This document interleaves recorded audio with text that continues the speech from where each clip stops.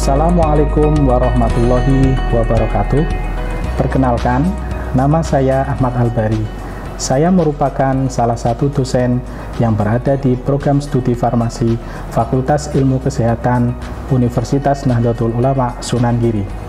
Riwayat pendidikan saya adalah yakni merupakan lulusan dari jenjang sarjana dan pasca sarjana dengan konsentrasi ilmu kimia.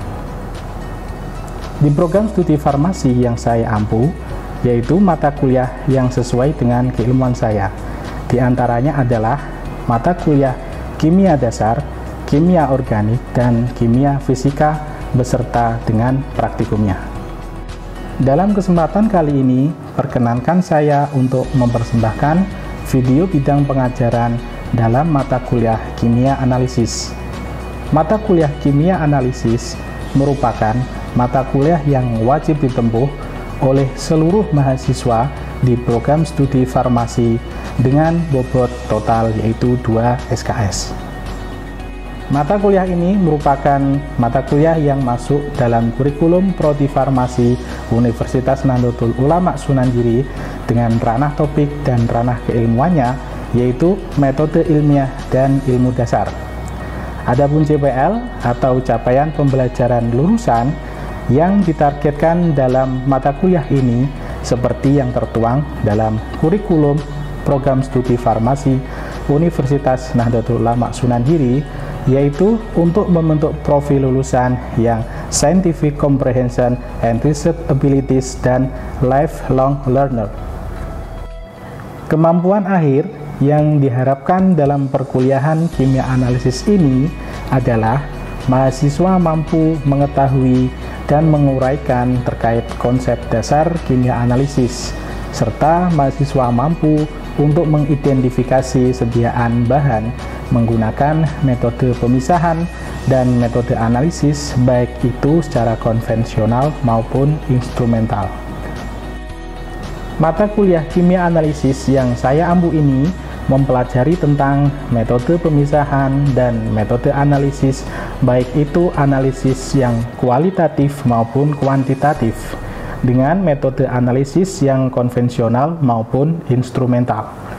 Prasyarat dalam menempuh mata kuliah kimia analisis ini adalah di mana mahasiswa tersebut wajib terlebih dahulu untuk menempuh mata kuliah kimia dasar. Adapun materi pembelajaran atau bahan kajian yang ada di dalam kimia analisis yang saya ampu adalah yang pertama tentang pengantar kimia analisis. Kemudian dilanjutkan dengan metode pemisahan yaitu rekristalisasi dan ekstraksi dan distilasi.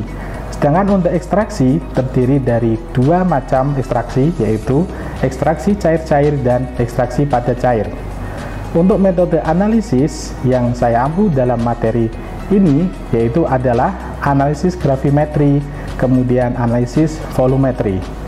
Kemudian ada juga materi yaitu tentang kromatografi konvensional, diantaranya kromatografi kertas, kromatografi lapis tipis, dan juga kromatografi eksklusi serta kromatografi ion.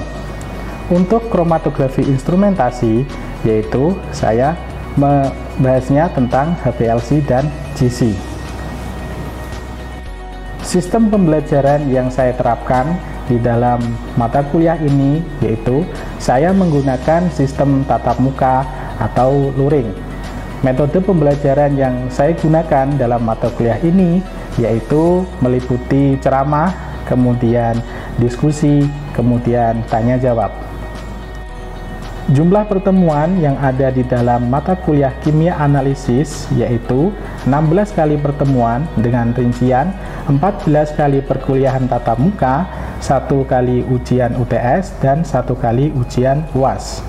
Dalam sistem penilaiannya yaitu saya di sini menganut sistem penilaian yang ditentukan oleh Universitas Nahdlatul Ulama Sunan Giri, di mana penilaiannya adalah pertama kehadiran yaitu meliputi absensi dan keaktifan sebesar 40%. Yang kedua adalah tugas, di mana di sana ada diskusi dan kuis yaitu 20%, dan juga ujian tengah semester yaitu 15%, sedangkan untuk ujian akhir semester yaitu 25%. Adapun referensi yang saya pergunakan dalam perkuliahan ini diantaranya adalah Kimia Farmasi Analisis karangan Ibnu Abdul Ghalib dan Rohman Ganjar, Yogyakarta, cetakan Pustaka Pelajar. Day and Underwood, Analisis Kimia Kuantitatif edisi 6, Jakarta, cetakan Erlangga. Buku teks analisis anorganik kualitatif makro dan semi mikro Vogel diterjemahkan oleh Setiono Handiana dan Bujat Maka. Buku ajar Vogel Kimia Analisis Kuantitatif Anorganik karangan Beset and Denay, Jakarta, cetakan EGC. Baik, untuk mengetahui bagaimana proses pembelajaran kimia analisis mata kuliah yang saya ampu di dalam kelas, berikut cuplikan perkuliahannya.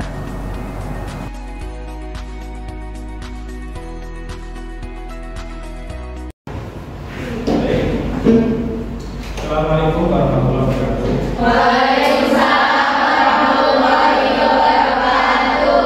Apa kabar semuanya? Alhamdulillah.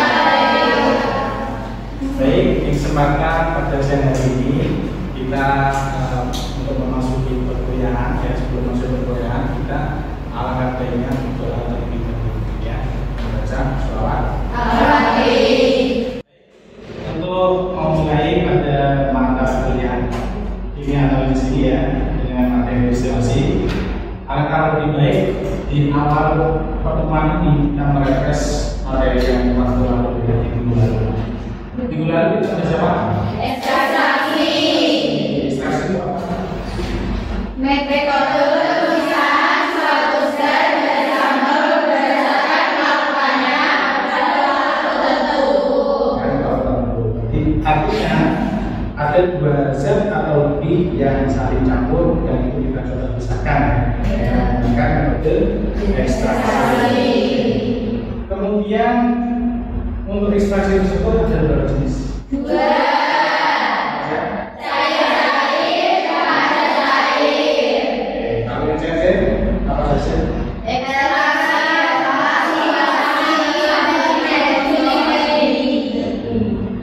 Kemudian untuk yang padat cair?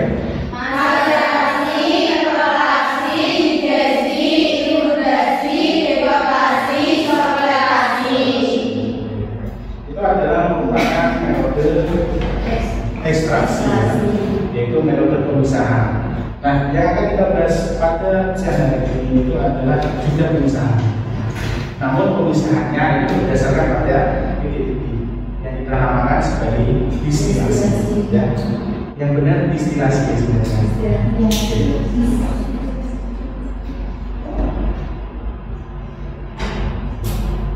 Distilasi atau di kata-kata umumnya itu adalah yaitu pemisahan berdasarkan perbedaan. Berarti di sini harus ada perbedaannya nanti.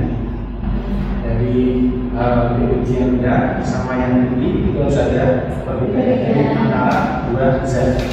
Minimal dua zat. Yang mau dipisahkan kan harus ada dua zat ya. Kalau satu zat satu zat yang penting apa yang dipisahkan? Oke. Sebelum kita masuk ke destilasi, coba perhatikan ini ya. Ini adalah apa?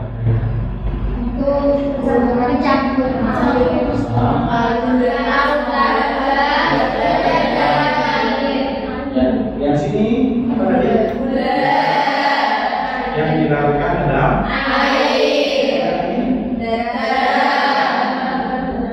yang dilakukan adalah membentuk apa?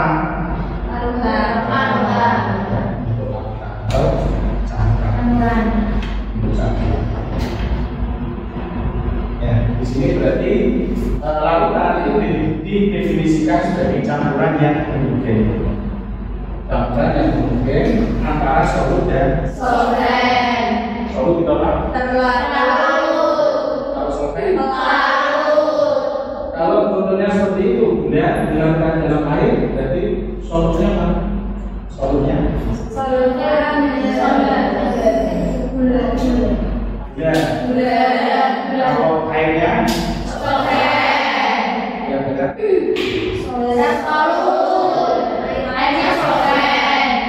saya kami ya dari sini. Tapi sini membentuk sebuah. Nah, kalau di destilasi, di metode destilasi itu bagaimana memisahkan antara campuran ini? Ya, sampai sini kita lagi. Bisa memisahkan antara campuran ini. Coba kita perhatikan. Di sini ada contohnya, misalkan tadi ya, larutan air dan berarti ada dalamnya, ada airnya. Kalau misalkan saya bertanya seperti ini, bagaimana kan caranya memisahkan garam dengan larutan? Tadi kan mencampur ya, sekarang memisahkan. Kira-kira gimana? Dididihkan. Pada suhu berapa? Kalau ini kan berarti ada pemanasannya kan? Itu berapa? 100 itu pilih apa? Kenapa tidak?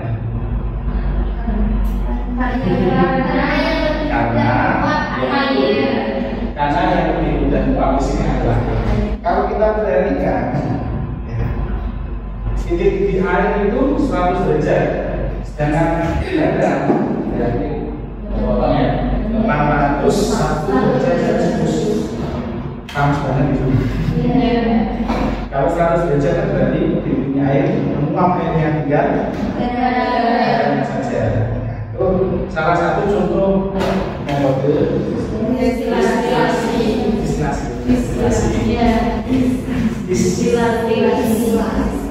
Oke, nah kasus lagi ya. Misalkan di sini ada tabel berapa strukturnya dan didihnya. Kita lihat ya, dari benzen, tolong sama fotosilen yang saya kasih kotak warna merah. Coba kita lihat di sini. Titik-titik bensinnya kan 80, tolong ortosilen.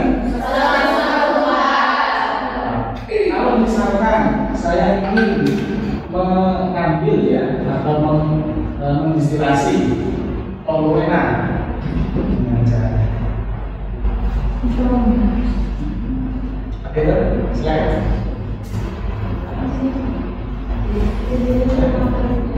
Yang menguap terlebih dahulu bensinnya, ya kan? Tampung kan? Bensinnya ditampung terlebih dahulu. Setelah itu tinggal apa?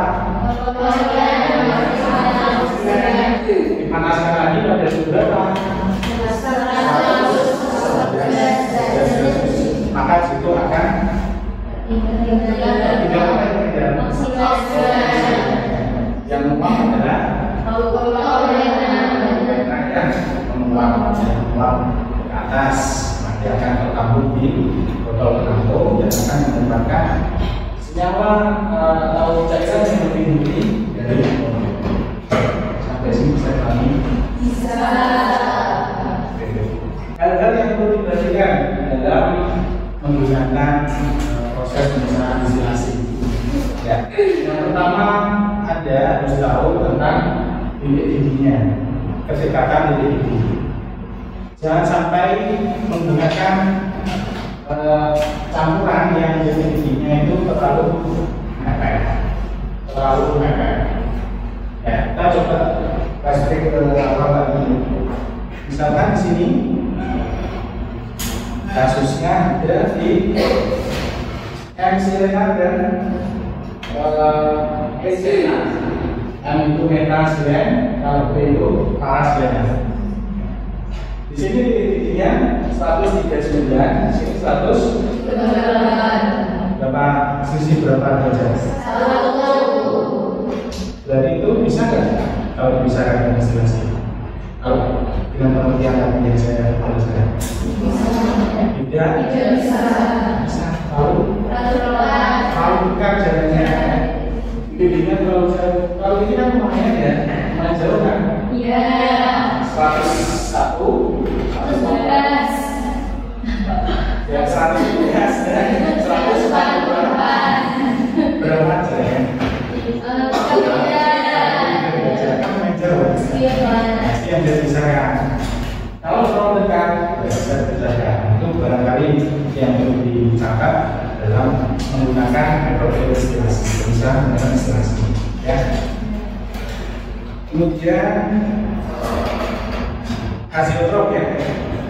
Hasiotrop itu di mana komponen-komponen penyusunnya itu memiliki ya, komposisi yang identik antara fase uap maupun fase Cair. ya mestinya. Misalkan seperti ini ada cairan ya. Apakah ada dalil bahwa cairan itu tidak menguap dalam bujur? Misalnya air. Air itu kalau dikurang menguap. Kalau dibiarkan aman-aman. Iya. Kenapa menguap? Dia tahu? Karena ada karena ada tekanan uap. Secara alamiah, walaupun tidak diri air yang tidak diri-dirinya itu ada tekanan uapnya. Buktinya itu tadi di dalam gelas airnya menguap. Ya. Kemudian ada apa namanya tempel lantai. Kok bisa tidak kayaknya? Atau kan semua saja. Ya, itulah ada tekanan. Nah, sama halnya dengan kalau senyawa tersebut bercampur dari satu menjadi campuran, ya, ketika sifatnya sama, tekanan uapnya sama, maka disitulah proses distilasi tidak bisa dilakukan.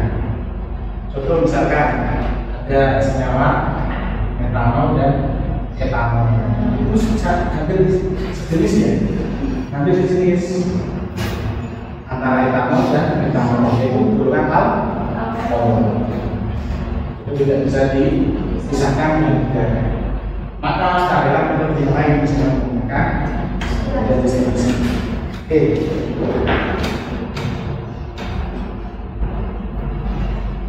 Jadi contoh larutan yang dapat dipisahkan dengan destilasi. Ini saya salah ya, destilasi. Destilasi. Itu campuran mungkin yang memiliki yang cukup signifikan.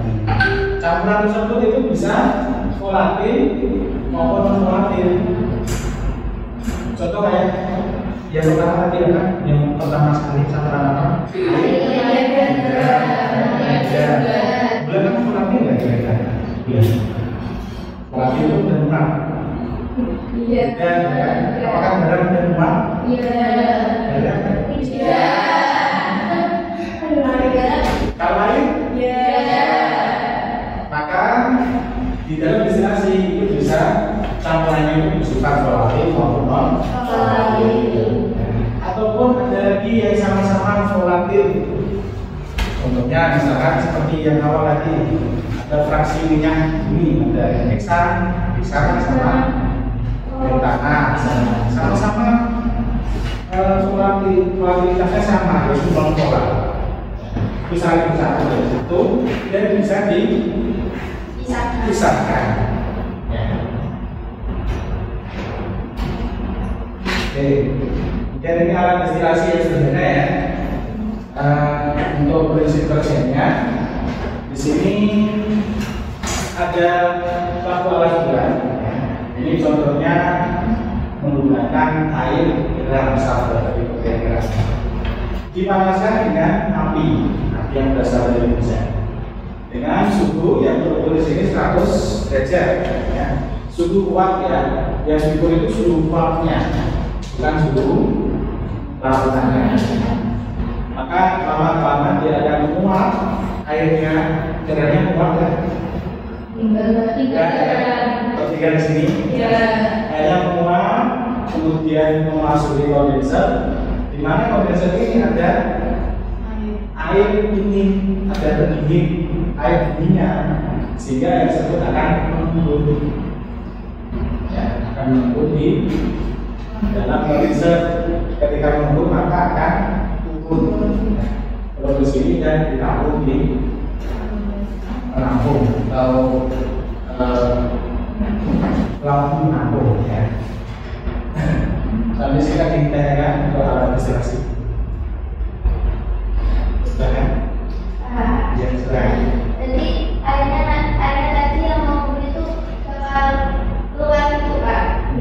akan menetap di tempatnya. Pertama nih ya. Iya. Ya.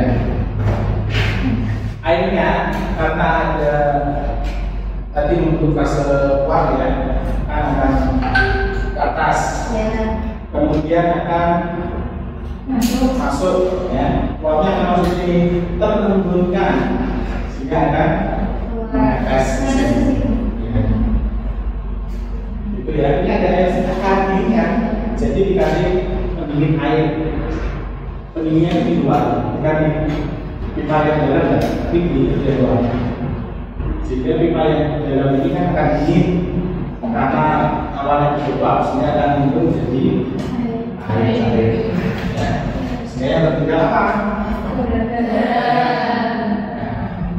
Saya tadi yang prinsip dari alat destilasi ini merupakan alat yang cukup sederhana dan biasanya digunakan di laboratorium. Kita nanti praktikumnya akan menggunakan alat destilasi yang seperti ini. Ya. Oke. Ini merupakan beberapa hal teknis yang perlu diperhatikan. Ada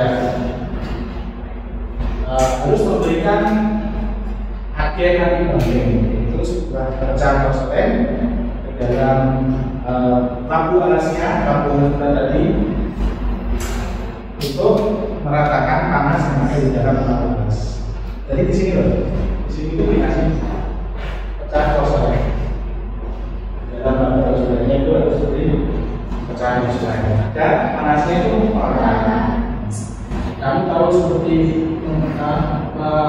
rebus air ada apa ya?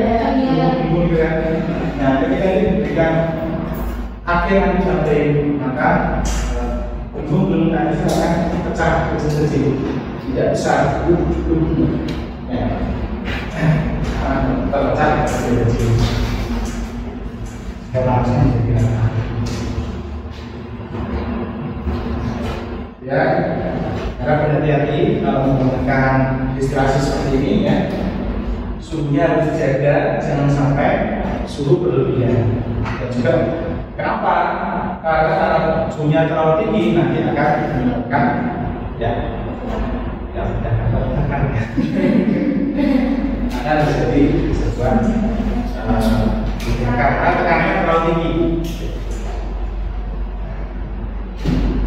Yang terakhir itu tentang contohnya, contoh dalam destilasi yang istilahnya atau destilasi yang biasa, semuanya seperti ini.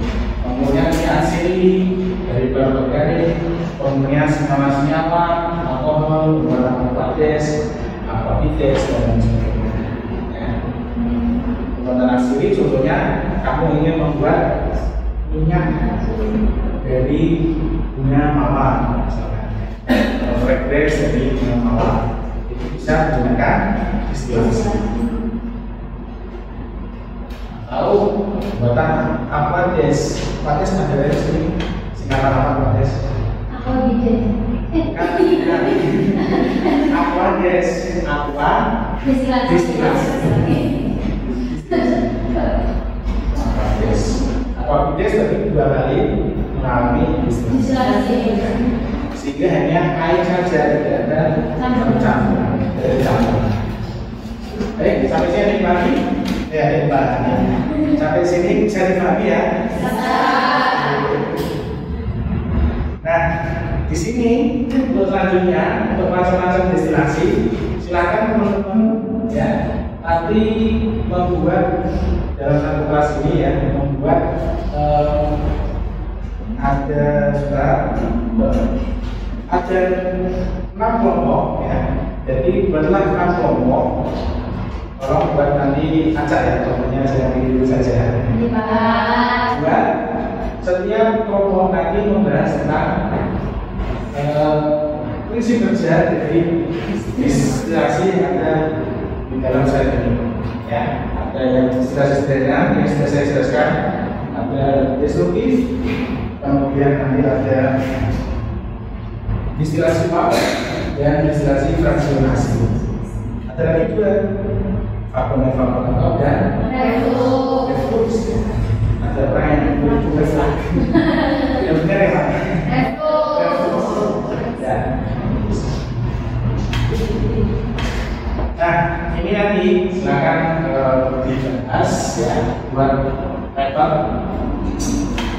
Kalau di sini berisi tentang prinsip kerja.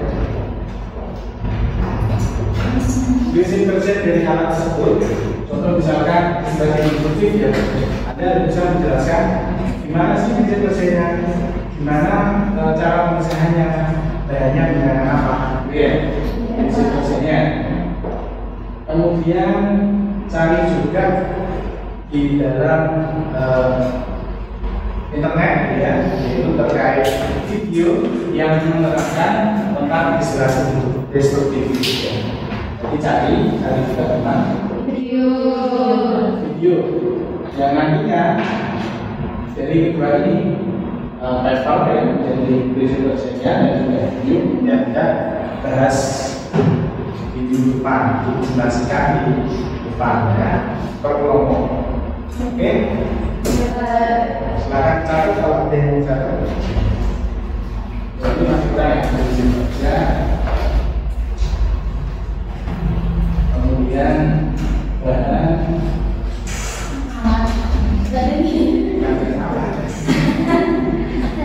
yang terlibat atau terlibat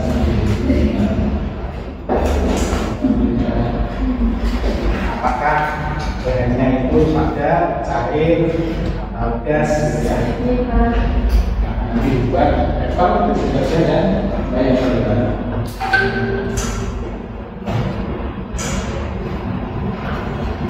Yang cari video juga dijelaskan di dalam bimbingan bagaimana sih istilah versionasi ya, bagaimana sih caranya istilah versionasi itu memisahkan ya, antara dua senyawa yang saling bersama. Baik, ada yang ditanyakan sampai sini terkait gas atau terkait materi yang ada di dalam pelajaran pada hari ini? Silakan. Kan telah dijelaskan proses-proses yang distilasi. Itu faktor-faktornya yang itu faktor-faktor distilasi. Ya, tadi sudah saya terangkan tentang cara kerjanya ya. Untuk faktor destilasi, mungkin faktor yang membuat destilasi itu berhasil gitu ya. Dan ini ya, ada dua yang perlu diperhatikan. Ini faktor yang perlu diperhatikan dalam destilasi. Yang pertama, titik-titik itu harus jauh, kemudian jangan mendekat. Yang kedua, carilah campuran yang dengan azotron, di mana tekanan uap dan fase cairnya itu sama sifatnya. Itu saja sebetulnya. Kalau misalkan di destilasi tidak bisa, jadi gimana? Harus pakai metode bisa menggunakan sebelumnya ekstraksi ya, atau metode kromatografi misalnya ya, bisa menggunakan metode seperti itu. Baik, ada lagi yang perlu ditanyakan? Ada ya, silakan ini dicatat. Ya, cukup sebenarnya ya. Yang penting Anda bisa mengetahui bagaimana sih kerjanya, ilustrasi macamnya, itu bahannya apa yang ada di dalamnya. Itu yang penting dalam pembelajaran orang yang ilustrasi pada saya. Ada lagi yang bertanya? Cukup ya. Kalau cukup kita akhiri perkuliahan pada siang hari ini. Kita akhiri dengan bacaan Al-Fatihah ya. Perkuliahan pada siang hari ini. Jadi kita membaca Al-Fatihah. Demikian video singkat tentang perkuliahan mata kuliah yang saya ampu, yaitu kimia analisis. Semoga bermanfaat. Wallahu muwaffiq ila aqwamit thoriq. Assalamualaikum warahmatullahi wabarakatuh.